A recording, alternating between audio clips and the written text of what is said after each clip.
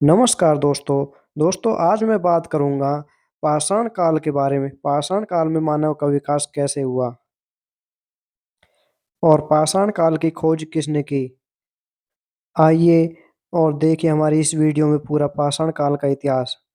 तो दोस्तों, आप इस चैनल पर नए हैं तो सबसे पहले चैनल को हमारे सब्सक्राइब कीजिए और बेल आइकन बटन दबाइए, क्योंकि नोटिफिकेशन सबसे पहले आपके पास पहुंचती रहे।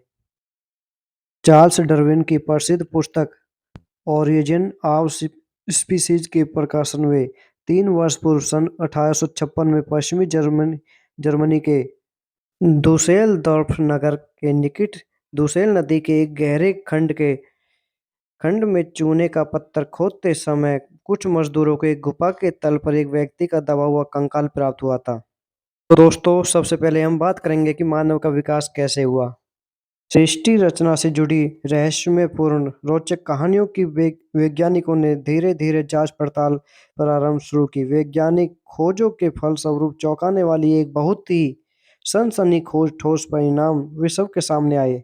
परिणाम स्वरूप सृष्टि के विषय में लाखों वर्षों से चले आ रहे काल्पनिक विचारों पर प्रश्न चिन्ह लग गए। विश्व के विभिन्न भागों में विविध प्रकार के अनगिनत जीव जंतु हैं। मनुष्य में इनमें से सबसे विकसित प्राणी माना जाता है। इस संसार में प्राणियों का उद्भव कैसे हुआ?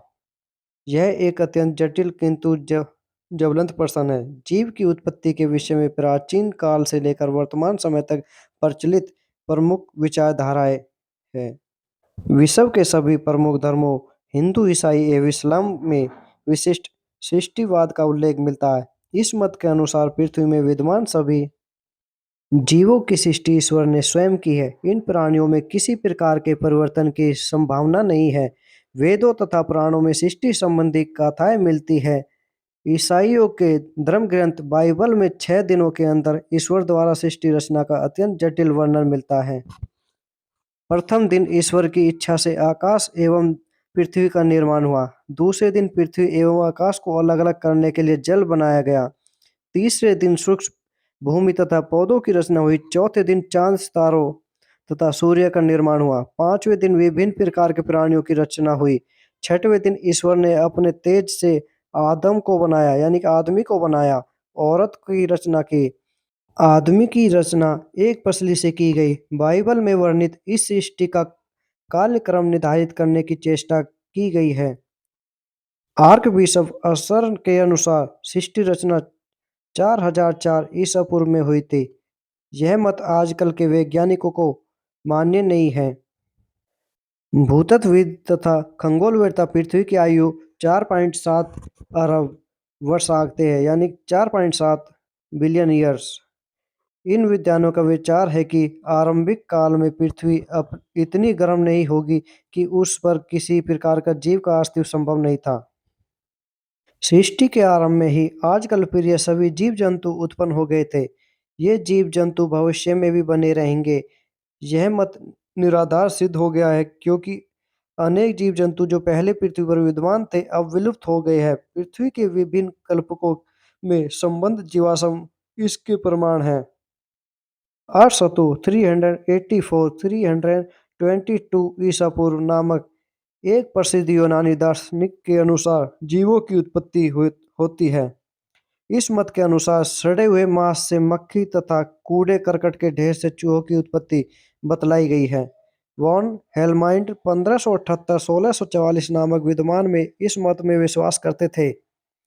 इटली के वैज्ञानिक फ्रांसेस्को रेड्डी ने अपने प्रयोगों द्वारा सन 1650 में इस मत को गलत सिद्ध कर दिखलाया था। पृथ्वी के आराम से लेकर अंत तक के समय को कई कल्पों में विभाजित किया गया है। फ्रांसीसी विद्वान जॉर्ज कुव्यी 1792-1932 के अनुसार हर कल्प के अंत में एक प्रलय होता है, जिसके परिणाम स्वरूप उस कल्प के सभी जीवों का विनाश हो जाता है। नए कल्प में पुनर्जीवित नवीन जीवों की सृष्टि होती है।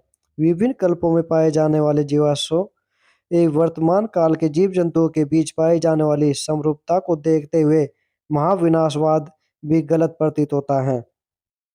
विकासवाद सरल बनावट वाले प्राणियों की अपेक्षाकृत जटिल संरचना वाले प्राणियों में परिवर्तन होने की प्रक्रिया को जीव जैव विकासवाद कहते हैं। विभिन्न जीवों का धीरे धीरे क्रमिक गति से विकास होता हुआ है।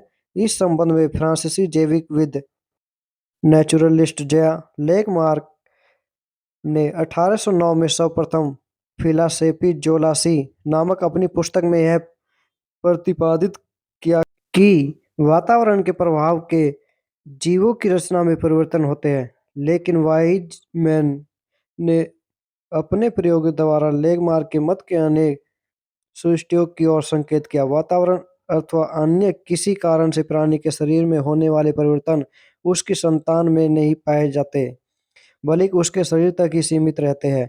वे गुण जो माता पिता को जनन कोशिकाओं पर अपना प्रभाव डालते हैं, केवल वही वंशानुगत होते हैं।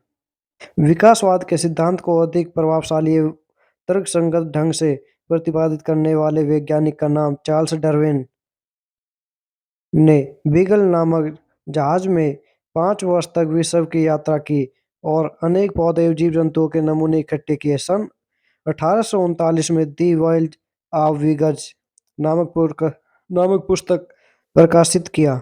इसके पश्चात लगभग 20 वर्ष तक डार्विन ने अपनी संकलित सामग्री का गंभीर अध्ययन और विश्लेषण किया। इसके आधार पर उसने विकासवाद के अपने मत प्राकृतिक चयन द्वारा जीव की उत्पत्ति का प्रतिपादन सन 1859 में the origin of species by means of natural selection the origin of species by means of natural selection नामक पुस्तक में किया। जीवों में अस्तित्व के लिए निरंतर जीवन संघर्ष होता रहता है।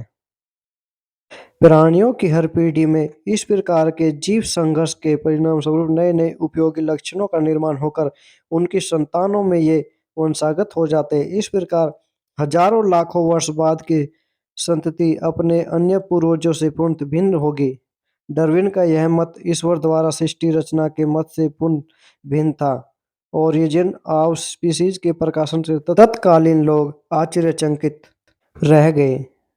यह ध्यान देने योग्य बात है कि जिस समय डार्विन ने अपनी पुस्तकों की रचना की थी, उस समय तक बहुत कम संख्या में मानव जीवाश्म उसके निष्कर्ष को समर्थन के लिए उपलब्ध थे। फिर भी उसने मानव एवं अन्य वानरों तथा कापियों के माध्यम पाई जाने वाली आश्चर्यजनक शारीरिक संरचना की एक रूपता की और विद्वानों का ध्यान आकर्षित किया था। और डार्विन ने कहीं पर भी यह नहीं कहा कि मानव का विकास आधुनिक कापियों से हुआ है, जैसा कि लोगों में इस संबंध में सामान्य धारणा प्रचलित है। डार्विन के अनुसार मानव वानरों के पूर्वज या प्राइमेट एक आदि पूर्वज से किसी समय विकसित हुए होंगे।